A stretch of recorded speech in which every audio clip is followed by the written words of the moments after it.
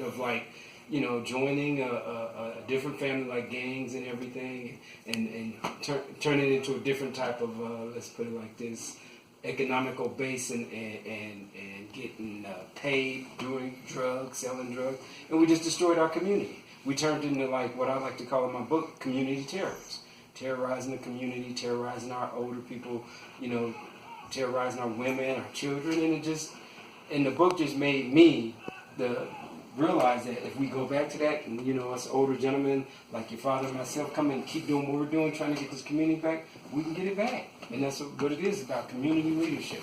And that's what's all about my book. The main character in the books, he comes back after he goes off and makes something of himself, comes back and opens up this fabulous community center that does drug rehabilitation, health care, job training, education program for these less fortunate generation that's in the community, but you still have that generation that's still fortunate, but they're doing it in a negative way. You have a gang leader, he's working with the corrupt politicians and spiritual leadership, and also the corrupt law enforcement to gain, financial power off our hardships. But he's like, he comes back, he gains these powers, and he changes it. Now he's this hero that we don't see in our, communities as much as coming back and saving our communities from this destruction. So that's what motivated me to write the book, is seeing how our communities have changed over the past 30 years.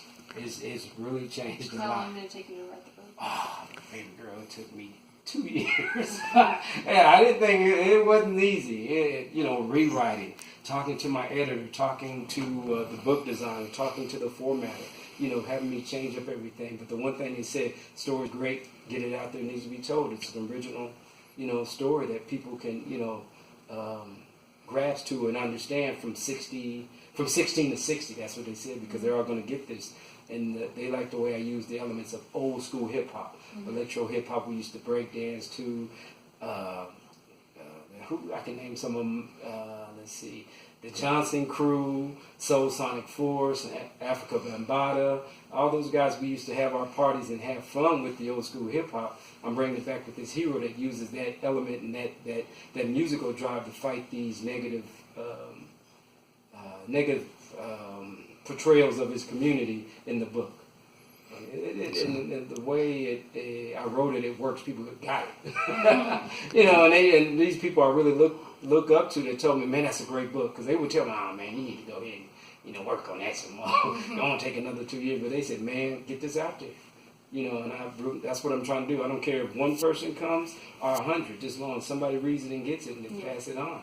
And I appreciate you for, wanting to meet me and get your signed copy and say, oh, I got one of the first copies. Now it's a hit movie and it's a hit TV show, and he's like my uncle, and I really appreciate it. So that's what makes me feel good, that you did want to, read the book and get a signed copy from me, because that's very important for your generation. Yeah.